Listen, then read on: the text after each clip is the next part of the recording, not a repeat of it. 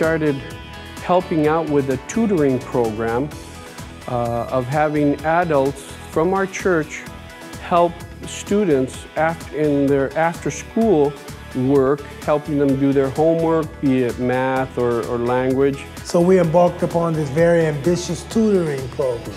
But then they would also do some role-playing, which then quickly transformed after a little while into preparing for the musical.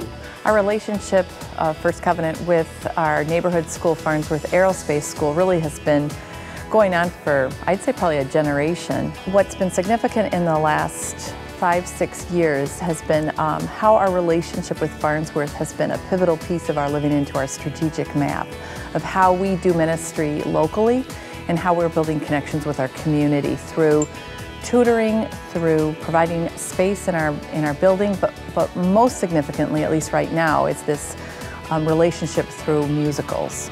We did Joseph and the Amazing Technicolor Dreamcoat, which was from 5th through 8th at Farnsworth, together with our 5th through 8th plus high school students from First Covenant.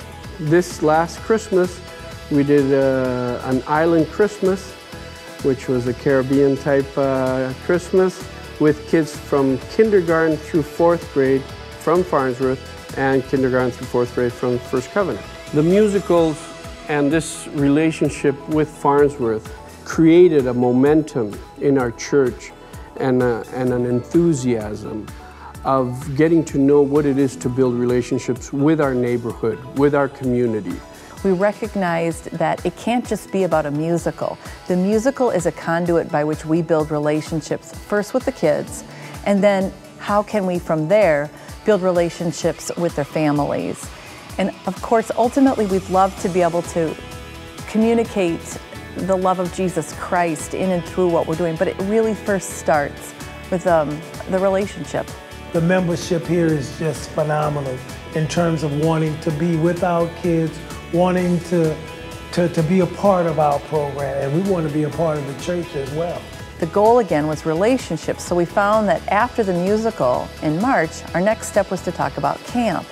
And recognizing Covenant Pines as this key place where kids make decisions for Christ, we wanted to build on the relationships that had formed with the kids and see how we could get them all to camp.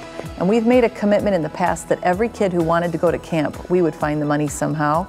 But suddenly we were struck with a $20,000 challenge. How are we going to find that kind of money? Our church caught the vision for what we were doing, for what we were about, so that within 2 weeks, we raised $20,000. It's just a win-win situation for both the church and the school. We continue to learn that there are many lessons and many challenges when it comes to living into a vision and a mission, especially in an urban context, as we recognize our own biases and what are those kinds of, what are the absolutes, the essentials that cannot change in terms of our Christian commitment, our Christian faith, and then what are those things that are merely cultural, and we need to be willing to flex and grow as we welcome new friends.